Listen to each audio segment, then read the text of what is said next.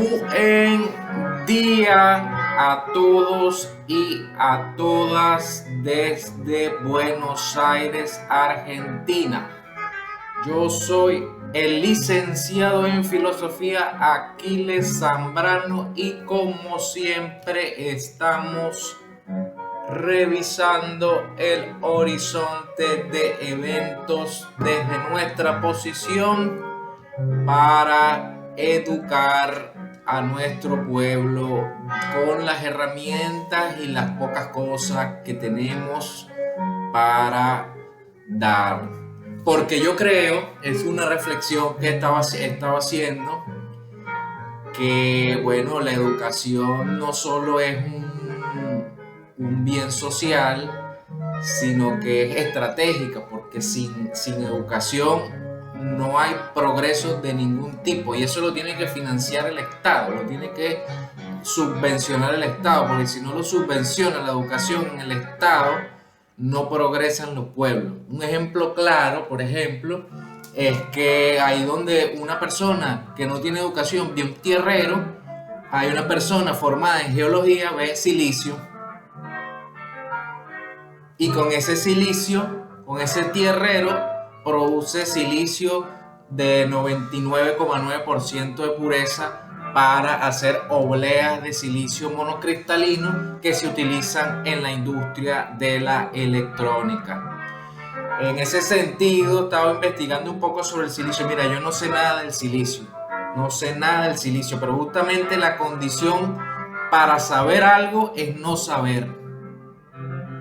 Entonces nosotros tenemos que seguir investigando ese tipo de recursos que los damos por sentados muchas veces, como el litio también. A veces damos cosas por sentadas y no nos preguntamos de dónde viene esto, cómo lo producen, quién lo hace, cuáles son los países que más desarrollan este tipo de productos, etcétera. En ese sentido le hice un llamado a un joven presidente que va a recién asumir el 10 de marzo, que bueno, que se instaure una mesa del silicio con expertos que nos expliquen un poco la perspectiva científica del silicio, porque el silicio está en la Tierra, es el 28% de la corteza terrestre está hecha de silicio, compañero. Pero el que se utiliza para la industria electrónica hay que sacarlo de otro compuesto donde está en la mayor parte de la Tierra, no me acuerdo cómo se llama el compuesto. Entonces ahí está la tabla periódica. Y eso por no hablar, por ejemplo, de las llamadas tierras raras, que son un conjunto de elementos químicos con diferentes valores de uso. Para que me entiendan los economistas o la gente en general, cuando yo digo valores de uso, estoy hablando de utilidad. Eso es un concepto que viene de Adam Smith y de Marx, que significa cuál es eso. En la teoría del valor, bueno, hay valores de cambio y valores de uso. Los valores de uso son para qué se utiliza algo. Entonces, esa tierra rara, por ejemplo, eso tampoco se habla mucho de eso. De vez en cuando se habla de eso. Y bueno, ese es otro tema a investigar, el tema de las tierras raras, que lo hemos hablado hace tiempo, pero no lo hemos retomado. Entonces, bueno, todos estos temas, la geología, los componentes, la minería, son aspectos del conocimiento que nosotros tenemos que investigar a fin de poder encontrar y de poder tratar estos elementos de tal forma de que produzcan riqueza. En ese sentido, pues la educación es fundamental, la educación científica. Y es lo que un poco queremos fomentar, la educación científica, la educación filosófica. Porque bueno, también es verdad, yo estudié filosofía, ¿verdad? En la Central. Y desde entonces yo no he parado de estudiar. Yo lo que he hecho toda mi vida, yo me retiré del ámbito académico, pero yo sigo estudiando por mi cuenta. A veces pienso incluso que es una especie de fatalidad mía o una especie de hábito adquirido, en el sentido de que yo estoy tranquilo, a veces estoy tranquilo haciendo mis cosas en mi día a día, no sé qué, y propendo a ponerme a estudiar. Como si fuera algo, como algo natural en mí, como cepillarme los dientes, como bañarme. Bueno, es más o menos un hábito. Entonces uno adquiere ese hábito en la universidad y uno se especializa en eso. ¿Qué pasa con la especialización, por lo menos en filosofía? Que tiene poca salida poca demanda en el mercado laboral, muy poca demanda en el mercado laboral, porque el mercado laboral por lo general demanda conocimientos especializados, sobre todo ahora, sobre todo en herramientas informáticas, programadores de Java, de SQL, etcétera. Y esa demanda de especialización a veces deja al que se especializa en no solo en filosofía, sino en el estudio, básicamente, o en la teoría. Porque desde el punto de vista de la división del trabajo, cuál es la especialización del que se dedica a las ideas y el estudio? Bueno, si lo hiciéramos una analogía con el cuerpo, sería se dedican a la inteligencia y a trabajar con ideas. ¿Y qué son ideas? Bueno, productos del lenguaje. ¿Y dónde se da el lenguaje? Bueno, en el cerebro, en el sistema nervioso. Entonces sería una especialización en el cerebro, más que en el brazo o en la habilidad física, digamos. El lenguaje militar sería en la habilidad táctica. La especialización, bueno, ese tipo de especializaciones cognitivas, también en ese tipo de especializaciones cognitivas entra también la informática, todo lo que son programadores y lo que tienen, que es lógica básicamente. ¿Qué es la informática? Bueno, una aplicación de la lógica, porque un lenguaje informático lo que es un lenguaje codificado para realizar determinadas tareas lógicas. P, entonces Q.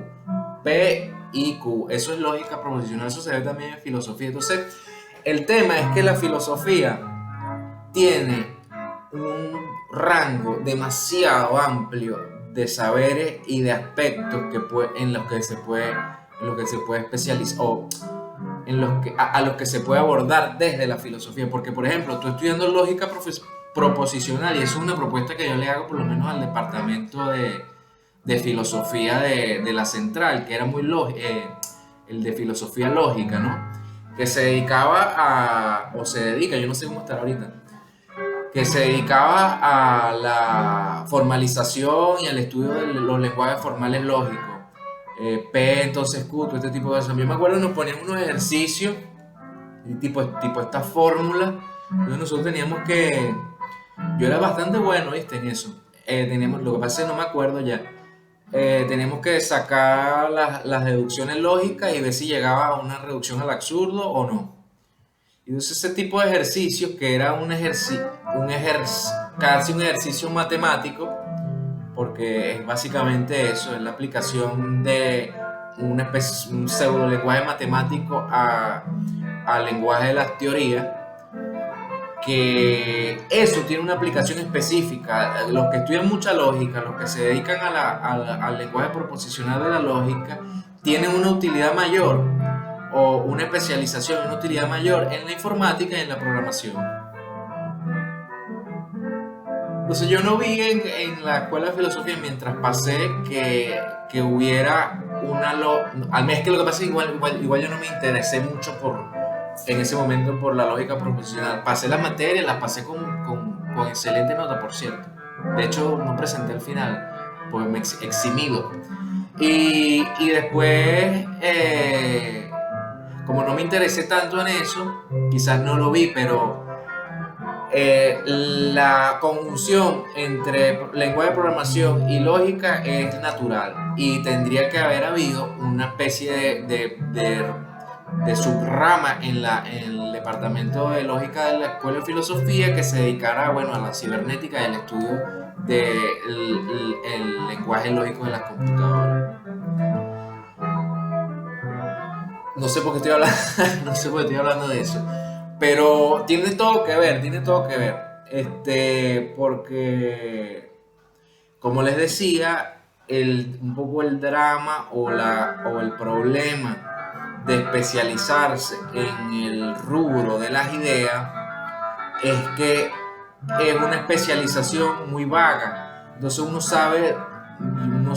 tiene un montón de conocimiento sobre muchísimas áreas: epistemología, lógica, filosofía política, filosofía, pensamiento económico, etcétera. Y como uno trabaja con eso, con ideas y con conceptos, a veces cuando llega al mercado laboral resulta difícil, o al mercado laboral le resultará complicado encontrar una utilidad práctica a eso, más que el trabajo sobre conceptos e ideas. Pero sí los tiene, obviamente. Otra derivación, porque por ejemplo, si la especialización en teoría se dedica a trabajar con conceptos, ¿verdad? Con ideas. Bueno, eso tiene una aplicación, por ejemplo, en la publicidad. Tú trabajas con conceptos, bueno, puedes crear conceptos de publicidad. ¿En qué se basa la publicidad? Bueno, en el deseo insatisfecho, decía Michel Houellebecq. La publicidad estimula un deseo de obtener algo en el público, y ese deseo, en base a estimular ese deseo, la publicidad te ofrece el producto que va a satisfacer ese deseo, y así funciona la publicidad en toda su forma. Entonces, esos principios básicos se conocen en la filosofía. Entonces, tener un bagaje conceptual sobre determinadas áreas es una ventaja y una desventaja en muchos aspectos. La desventaja es que es una especialización muy vaga, muy vaga. Se sabe de todo, pero poco sobre algo en específico. A veces es mejor saber mucho sobre cómo picar cabilla que saber de todo y no saber cómo picar una cabilla. En fin, de todas maneras, por ejemplo, ese tema de la especialización o del objeto específico de la filosofía es un problema que viene desde el comienzo mismo de la filosofía, porque incluso fíjense que antes estos espíritus, siempre han habido personas que tienen la capacidad de sumar determinadas áreas del conocimiento o intercambiar y utilizar conceptos de otras áreas del conocimiento en otras, y tienen la capacidad de hacer esos cruces. Bueno, Gregory Bateson parece uno de ellos, ¿no? Yo no lo había leído, por cierto. ¿Cómo llegué a él? Llegué por un texto de Alexander Dugin que lo cita. Y oye, ¿quién será este señor? Gregory Bateson. Me bajé un librito. Es bien raro el librito. Es bien raro porque incluso es confuso. No es que es confuso, es que procede de formas no lógicas a veces. Y al proceder de formas no lógicas, un poco lo acerca a lo que ocurre, por ejemplo, con la literatura y la poesía, que es un tipo de conocimiento, no es un tipo de conocimiento, es más bien, ¿qué coño es la poesía? No lo sé, mira, pero eso lo estudian los literatos. Pero me recordó a cuando uno lee poesía, porque uno no sabe de qué están hablando los poetas, ¿verdad? Porque no están hablando en términos lógicos. Entonces uno se acerca a las ideas que ellos plantean de forma un poco ambigua, y para leer poesía, para leer este tipo de pensadores, hay que saber convivir con ese tipo de ambigüedad o de acercamiento más por intuición que por lógica. Pero este tipo él es consciente de esa ambigüedad de su pensamiento. Por ejemplo, el libro comienza con unos diálogos, tipo unos diálogos platónicos de un padre con una hija. ¿Sobre qué es el diálogo? Bueno, sobre varias cosas. Es como una especie de ejercicio de pensamiento platónico, tipo Sócrates hablando con el Menón, o Sócrates hablando con Gorgia. Vieron que Platón, las obras de Platón son diálogos, y esos diálogos son bueno, ejercicios de pensamiento donde Platón utiliza a Sócrates como personaje, y entonces en ese diálogo se produce el conocimiento y tal, todo el tema de la mayéutica. Esas son cosas de filosofía clásica que yo creo que todo el mundo las conoce, pero un poco general es eso. Los diálogos platónicos son eso. Si vas a leer a Platón, por ejemplo, te vas a encontrar con eso, con Sócrates hablando con Menón y tal, y empiezan a hablar de que sí, que es la virtud, que si no es la virtud, que para acá, que para allá, todo ese tema. Entonces este libro de Gregory Bateson parte de eso, pero lo raro es que Gregory Bateson es un biólogo de profesión y él estudia los animales. Entonces, biólogo, pero entonces después también es antropólogo, entonces él hace como una combinación de varias disciplinas y él explica por qué, después no lo he leído completo, la verdad, de hecho lo he ojeado y todavía no lo entiendo bien, pero está el primer capítulo, son esos diálogos platónicos con la hija, después pasa como a un texto, como una especie de conferencia donde él le explica a los científicos o a la comunidad científica cuál es más o menos el procedimiento que él utiliza para producir ese tipo de pensamiento, pues. Y entonces el tipo dice que él, pues, entonces echa un cuento, ¿no? Que él, bueno, él es biólogo y él estudiaba los animales y tal, y en un momento pasa la antropología, no sé en qué fecha ni nada. El tipo nació en 1905 y creo que se murió en 1980. Y o sea, pasó todo según Primera Guerra Mundial, Segunda Guerra Mundial, etc. Bueno, el tipo entonces de pronto lo mandan a Nueva Guinea a estudiar una comunidad primitiva en Nueva Guinea. Entonces él explica cómo es que él hace. Él viene del palo de la ciencia, digamos, de la biología. Entonces, haciendo antropología, estudiando a esta comunidad de Nueva Guinea, él entonces toma un concepto de la zoología, un concepto que tiene que ver con la simetría de los cuerpos y cómo se organizan los cuerpos de los animales, y entonces lo aplica a la organización social de esta tribu primitiva en Nueva Guinea. Lo que hace es tomar un concepto de una ciencia y lo aplica a otra. Por supuesto que cada ciencia tiene sus métodos y tiene su objeto y sus instrumentos conceptuales propios para explicar su objeto de estudio. Que de hecho, esos instrumentos propios conceptuales de esa ciencia son los que recortan incluso el objeto de esa ciencia. A ver, entonces ahora estamos hablando de epistemología y es un poco lo que hace Bateson. Y yo soy especialista en epistemología. Bueno, mi tesis fue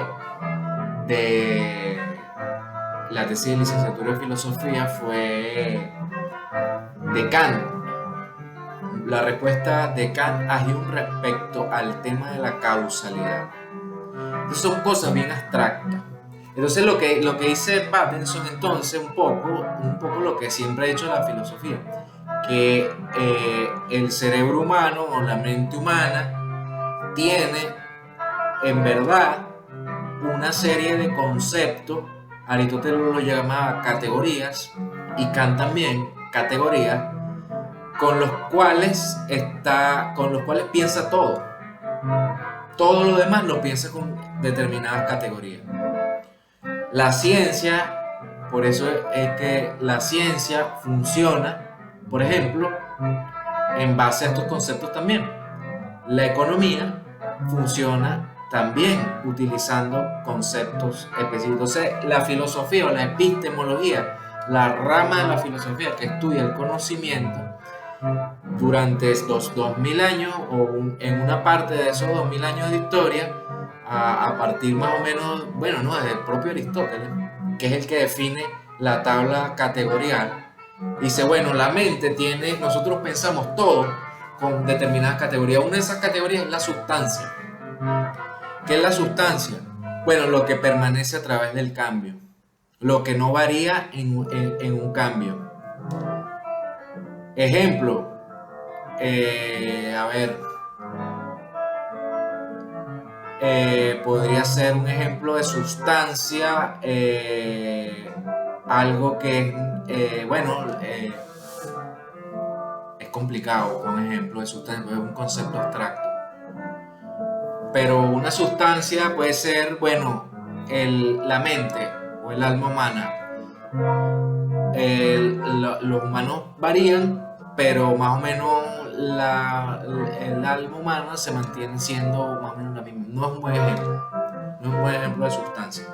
Básicamente es que es difícil poner un ejemplo, pero lo que plantea este concepto es que hay algo dentro de la variación, dentro de la mutación o de la variación de las cosas de la naturaleza que permanece.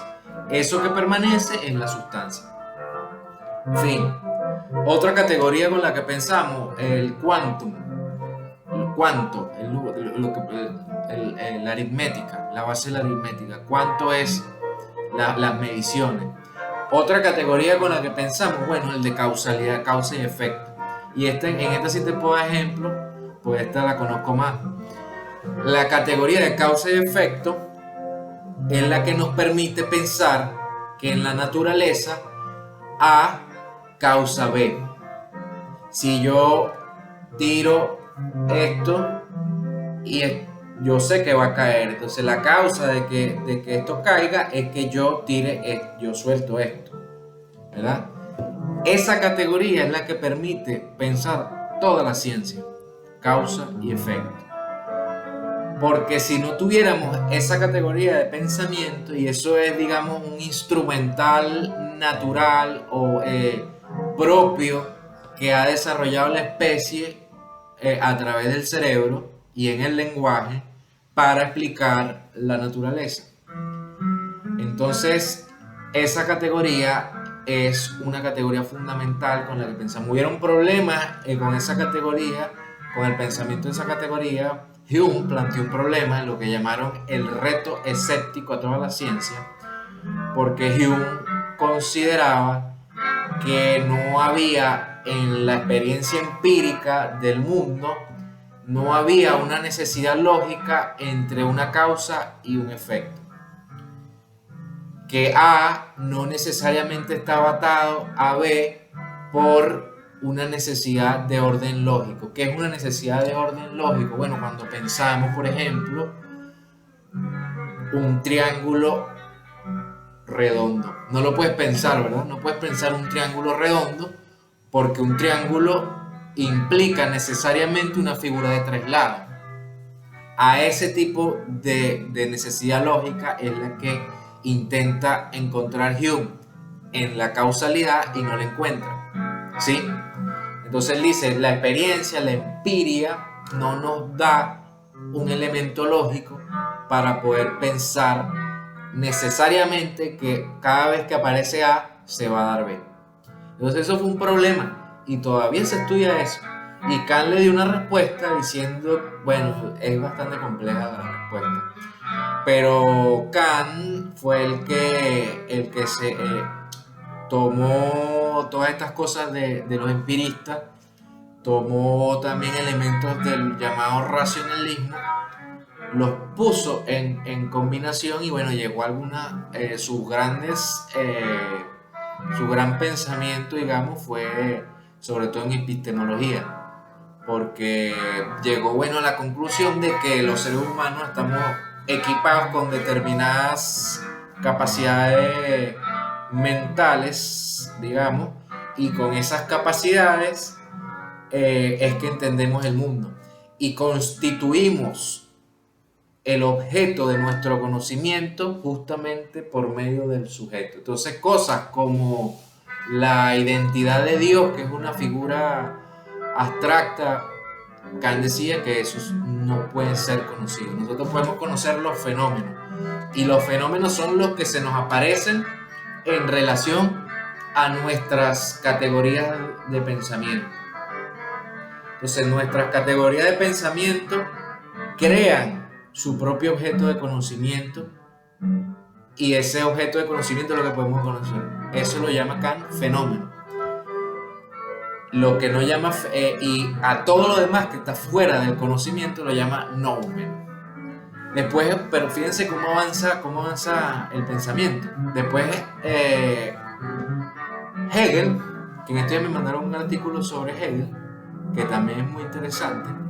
Hegel también está un poco, viene después de Kant y le retruca lo que Kant dice respecto a esto del noumeno, que bueno, que no hay ni siquiera por qué pensar en un noumeno, porque es el mismo sujeto y objeto, son una oposición que están en relación. Hablamos de sujeto del conocimiento y hablamos de objeto del conocimiento. Entonces, esta oposición es fundamental para entender el conocimiento y toda la naturaleza, y esa es la dialéctica, lo que llaman la dialéctica. La dialéctica, bueno, en su formulación más simple es tesis. Siempre aparece una tesis, aparece una antítesis, y de la interacción de esas dos tesis y antítesis se da por lo general una síntesis que, bueno, reúne a todas esas, a la tesis, al primer momento de la tesis, al segundo momento de la antítesis, en un solo movimiento. Es más complejo que eso. De hecho, Hegel es un filósofo, lo llamaban el oscuro, porque en verdad leerlo es bien complicado.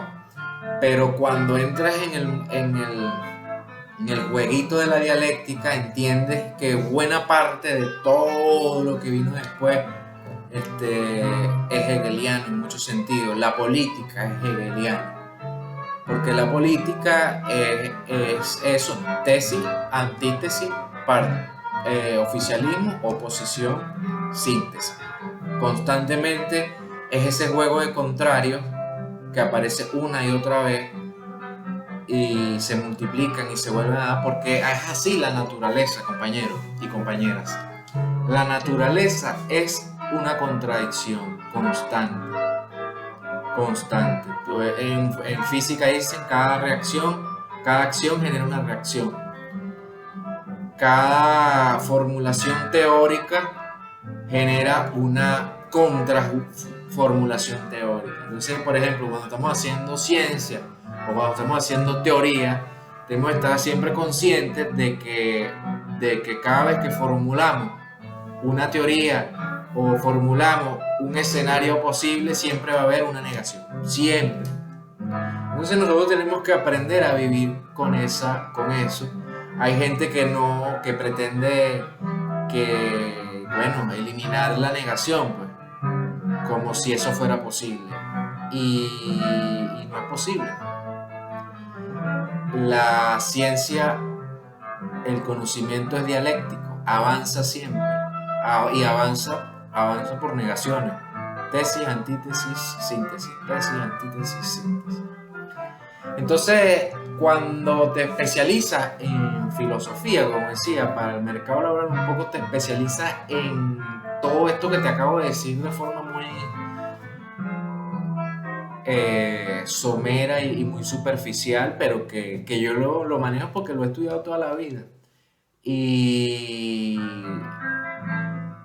que bueno, que te puedes meter por cualquiera de estos caminos y te puedes especializar en cualquier rama, o puede ser un espíritu, digamos, medieval o del Renacimiento, como, no sé, Da Vinci, como Galileo, como Newton, como, qué sé yo. Y bueno, puedes tener la habilidad, como yo considero modestamente que tengo, de organizar conocimientos y de moverme de una rama de conocimiento a otra, porque bueno, tengo esa especialización en epistemología y en formas de conocer cosas.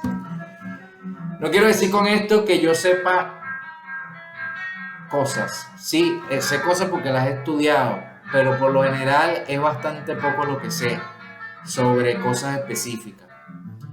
Y siempre hay que tener claro la máxima socrática de que uno lo que tiene más claro mientras más estudia es que menos sabe. Y que el universo es absolutamente infinito y que en tanto infinito siempre vamos a poder conocer más. Siempre la nueva generación va a poder agregar y conocer algo más de la que nosotros conocimos. Y así es que funciona esto, compañero. Entonces, esta clase rápida de epistemología, filosofía, especializaciones en ideas, y bueno, ahí se las dejo. A los que quieran indagar en algo más concreto, escribe un mensajito y dale like. Y si no, tampoco, no importa, porque nosotros hacemos esto porque consideramos que la educación es muy importante para el progreso de los pueblos. Educación científica, educación especializada, técnica en determinadas áreas. Especialízate, pero también conoce varias cosas. Prueba. Pero siempre trata de especializarte. Bueno, yo me especialicé en las ideas y en la teoría. ¿Qué quieres que te diga? Así que nos estamos viendo y como siempre nos despedimos mirando el horizonte de eventos. Después hablamos de otra cosa, de lo que tú quieras. Saludos, cuídate. Chao.